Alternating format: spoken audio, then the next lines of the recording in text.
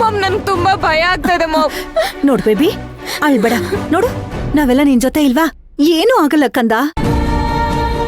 Ma'am, Atharva ಹೀಗೆಲ್ಲ ಆಡ್ತಾನೆ ಅಂತ ನಾನು ಅನ್ಕೊಂಡಿರ್ಲಿಲ್ಲ. ಅವ್ನ್ ರೆಬಲ್ ಆಗಿ ಬಿಹೇವ್ ಮಾಡಿದ್ದು ಇದೇ ಫಸ್ಟ್ ಟೈಮ್. ಹೌದು, ಇಲ್ಲಿ ತನಕ ಅಥರ್ವ ಹೀಗೆಲ್ಲ ಆಡಿರ್ಲಿಲ್ಲ. ಅವನ್ ಮನ್ಸು ಸರಿ ಇಲ್ದೇ ಇರೋದಿಕ್ಕೆ ಹೀಗೆಲ್ಲ ಆಡ್ತಿದ್ದಾನೆ. ಏನ್ ಮಾಡೋದು? ಮಾಮ್, ನೀವೇನಾದ್ರೂ ಬರೋದ್ ಸ್ವಲ್ಪ ಲೇಟ್ ಮಾಡಿದ್ರು ಅವ್ನ್ ನನ್ಗೇನಾದ್ರೂ ಮಾಡ್ಬಿಡ್ತಿದ್ದ ಮಾಮ್. ದೇವ್ರ ದಯೆಯಿಂದ ಏನೂ ಆಗಿಲ್ಲ ಬೇಬಿ. ನಿನ್ನನ್ನ ಈ ಸ್ಥಿತಿಲಿ ನೋಡಿ ನಾನು ಹೃದಯ ಬಡ್ತಾನೆ ನಿಂತ್ಕೊಂಡ್ಬಿಟ್ಟಿತ್ತು. ಅಷ್ಟಕ್ಕೂ ನೀನ್ ಯಾಕೆ ಅವ್ನ ರೂಮಿಗೆ ಹೋದೆ ಬೇಬಿ? ಮಾಮ್, ಅಥರ್ವ ರೂಮಲ್ಲಿ ಒಬ್ನೇ ಇರ್ತಾನೆ.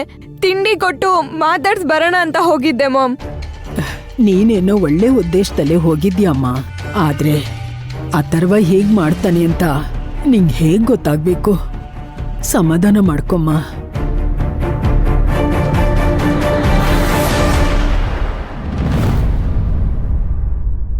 ಈಶಾನಿ, ಯಾಕ ಮಾಡ್ತಿದ್ಯಾ? ಅಮ್ಮ, ಏನಾಯ್ತು?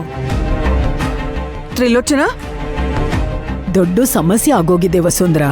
ಹೀಗೆಲ್ಲ ಆಗತ್ತೆ ಅಂತ ನಾವ್ಯಾರೂ ಅನ್ಕೊಂಡಿರ್ಲಿಲ್ಲ.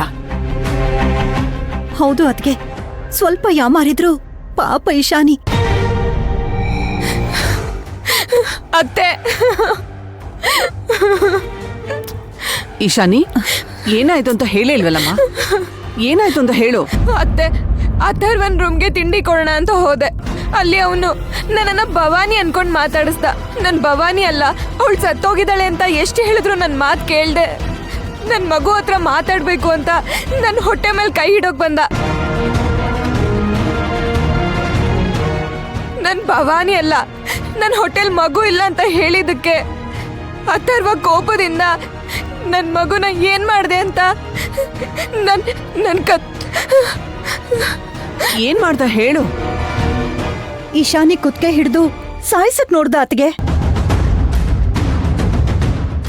ಏನ್ ಹೇಳ್ತಿದ್ಯಾ ತ್ರಿಲೋಚನಾ? ನಮ್ಮ ಅಥರ್ವ ಹಾಗ್ ಮಾಡದ್ನ? ಹೌದು ಅತ್ಗೆ, ನಿಮ್ ಮಗನಿಂದ ಇವತ್ತು ನನ್ ಮಗಳನ್ನ ನಾನು ಕಳ್ಕೊತಿದ್ದೆ. ಅತ್ತೆ ಸರಿಯಾದ ಸಮಯಕ್ಕೆ ಹೋಗಿದ್ದಕ್ಕೆ ಎಲ್ರಿಗೂ ವಿಷಯ ಗೊತ್ತಾಯ್ತು. ಅಥರ್ವನು ಹುಚ್ಚಾಟದ ಮುಂದೆ ನನ್ ಮಗಳ ಧ್ವನಿನೂ ಹೊರಗೆ ಬರ್ತಾ ಇರ್ಲಿಲ್ಲ.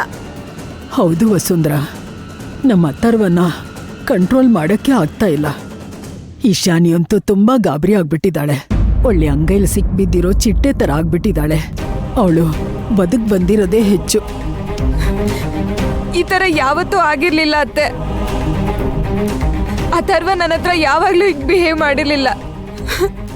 ಇದನ್ನೆಲ್ಲ ನಂಗೆ ಡೈಜೆಸ್ಟ್ ಮಾಡ್ಕೊಳಕ್ ಆಗ್ತಿಲ್ಲ. ಛೇ, ಇಷ್ಟು ದಿನ ಭವಾನಿ ಭವಾನಿ ಅಂತ ಕನ್ವರ್ಸ್ತಾ ಇದ್ದಾನೆ ಅನ್ಕೊಂಡೆ.